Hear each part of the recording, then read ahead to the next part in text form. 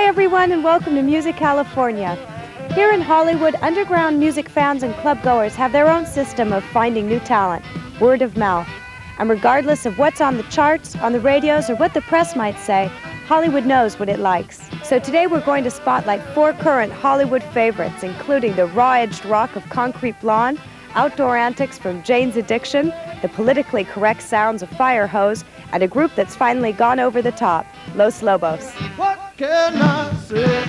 The Lord just made it this way. What can I do? You know what I've been through. Before we check out Hollywood's darlings of today, let's take a music news look at a Hollywood darling of yesteryear.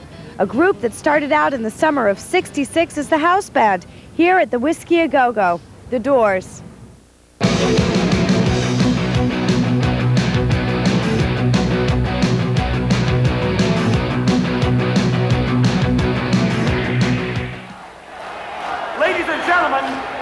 From Los Angeles, California, The Doors. Wake up! You can remember where it was. Had this dream stopped? This is footage from a film that sat dormant for 20 years, waiting for the right technology to give it life. The Doors performed this show at the Hollywood Bowl in the summer of 1968. And because this concert was such an important one, the show was filmed and recorded. Yet the sound recording had problems, crackling and pops that interfered with Jim Morrison's vocals. Consequently, the footage and the recordings were shelved. Come on, baby, light my fire. Try to set the night on fire. Time to hesitate is through. No time to wallow in the mire. Try now, we can only lose, and our love become a funeral pyre. Come on, baby, light my fire. Now, 20 years later, The Doors live at the Hollywood Bowl has finally been released. Ray Manzarek, co-founder, writer, and keyboardist for the group, directed the video and explained how its release finally became possible. We thought this is very good, but we had technical problems. We had the first 5 minutes of When the Music's Over, Jim's vocal mic, something went wrong. Right at the beginning of the show, you can see Jim grab the mic out. He disconnected one of the little connections, and there were glitches, as they're called, in the feed that was going into the recording.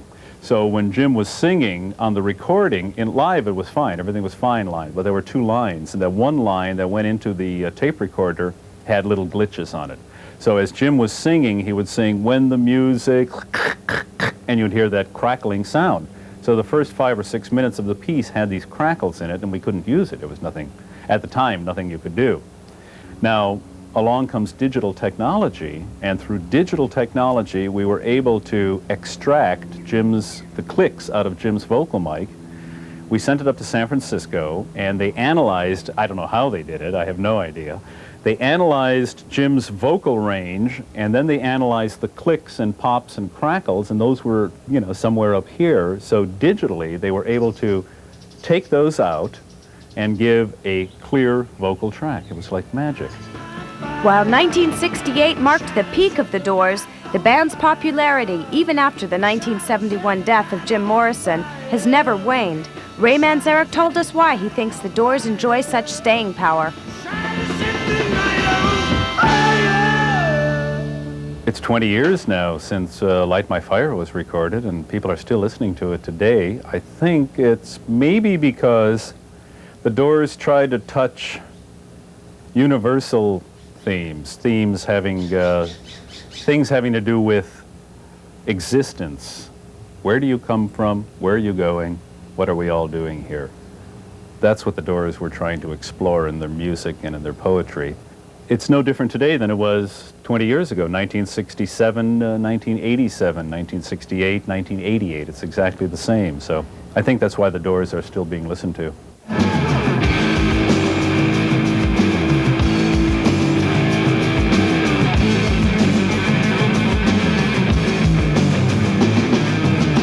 Every American town, large or small, with any kind of club or live music scene, cultivates its local favorites.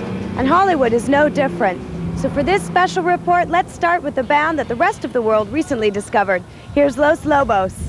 Coming out of East LA is a band that's been playing together since 1974, originally as an acoustic Mexican folk music quartet. Eventually, Los Lobos developed into an electric, roots-conscious rock band and came to be a local favorite, along with other revivalist groups like the Blasters. Then, in 1983, they released a debut album which garnered them commercial and critical respect. Finally, 1987 saw them featured on the soundtrack to the film La Bamba and made Los Lobos, if not a household name, then certainly a household sound. So, do the local fans treat you differently? Yeah, they look at us a little different, you know. When I go shopping and everything, when I go shopping, you know, to my grocery store, they say, "I didn't know you bought that kind of shampoo." No, they look at us the same, you know. We're still the same people. We still live in the same neighborhoods, and we're glad to be home for a while. Here's Los Lobos pre-La Bamba singing it out at a local Cinco de Mayo celebration. If I say yes, I'm sure you say no. If I say stop by no, you say go. What seems to be the problem is you and me, 'cause we just can't agree. So let's say the man go home. You're always right, and I have never been wrong. The way we are is getting harder to hang on. But who's to blame? Two things are never the same.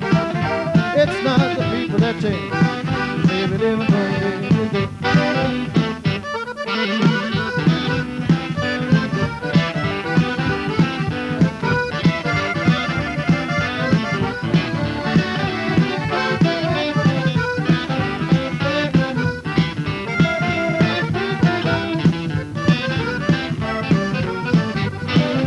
And FIREHOSE fans, and how the Minutemen put their radical messages together. I know. I thought they were more earthy, more of the nerd kind of people who are kind of out of the mainstream in whatever clique they have, you know, school or college or job. They seem like outsiders, which I thought me and D. Boone always appealed to, because we look like total outsiders. We look like people who shouldn't even be doing this, you know? But we were doing it, and with verve. I mean, D. Boone really meant it. And I think that's, and I see the audience, a lot of these guys look like they shouldn't be there. These guys who come to a lot of our shows, he works at Northrop, making a guidance system for Trident Missile. And why is he here watching the Peace Band and stuff? See, I think that's a lot of, also style with our music. We screw with the culture and just use what we have to and make hybrids. Yeah, we don't have much reverence. We have a lot of brevity. While Concrete Blonde is a relatively new group, they're not new to music, each member of the band having worked with rockers like Alice Cooper, Sparks, R.E.M., and Leon Russell. Yet, in a short time, the trio has established a strong following. Lead singer Johnette Napolitano describes how their fans communicate with the band. We get letters from people that are really amazing, and they feel like they need to tell us things. I got a letter today from somebody who needed to tell me that they had brothers and sisters and they did this, and it's just very strange, the things that people feel like they want to tell you. You know, I'm sure that, you know, the most boring star in the world gets letters like that too, but I don't know, I feel special about the people who like us. You know. Some of them are crazy, but yeah. we love them. People bring us things and send us things. $1 here, $1. Yeah. Just keep sending $1. Really. This is the band's anthem, a song that testifies to the group's tight delivery and Johnette's powerful voice. It's featured on their debut album entitled Concrete Blonde.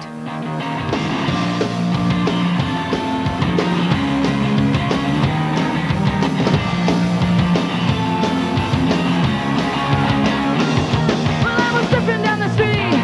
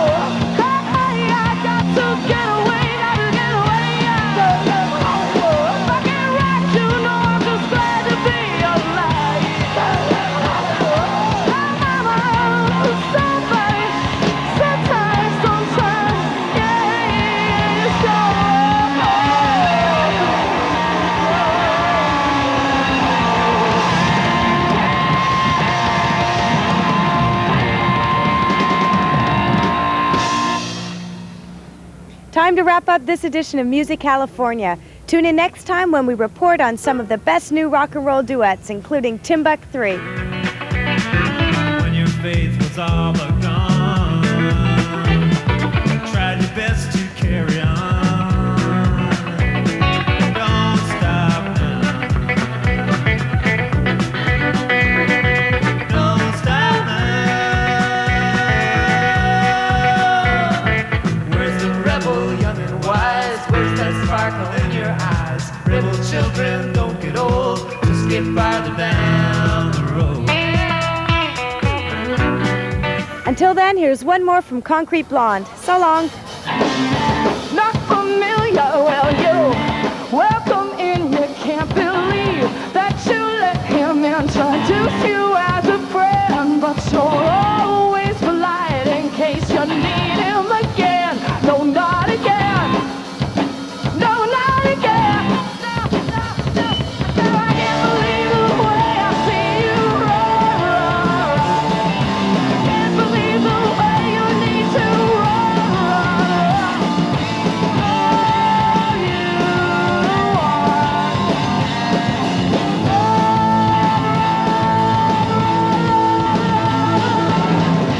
Hands are shaking, your lips are cracked. You swore I hurt you, swear that you were never coming back. But it's one more